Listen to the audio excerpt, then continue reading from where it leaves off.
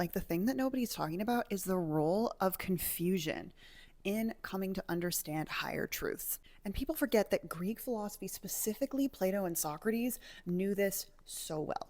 What I'm talking about is called aporia in Greek, and it means confusion or the state of being at a loss.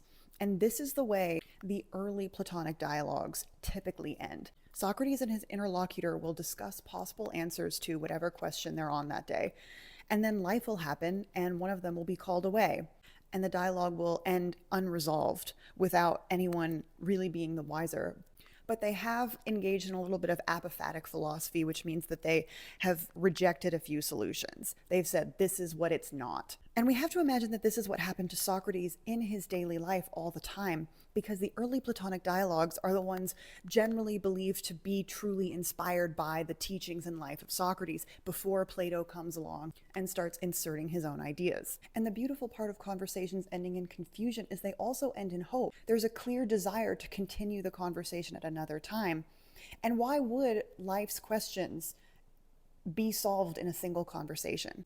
Truly practicing philosophy is about picking up a conversation as if it were a book, reading for a little while, talking to someone for a little while about whatever the question is, and then putting it aside and returning to it later after the thoughts have some time to steep. And this thing happens now where there's so much going on and everyone feels like they have to give and offer an opinion about it.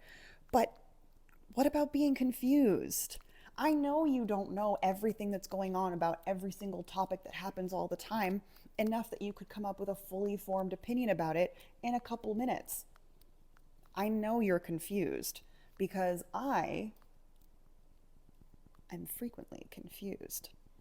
I suggest embracing confusion because that's to truly practice philosophy, is to make room for being confused.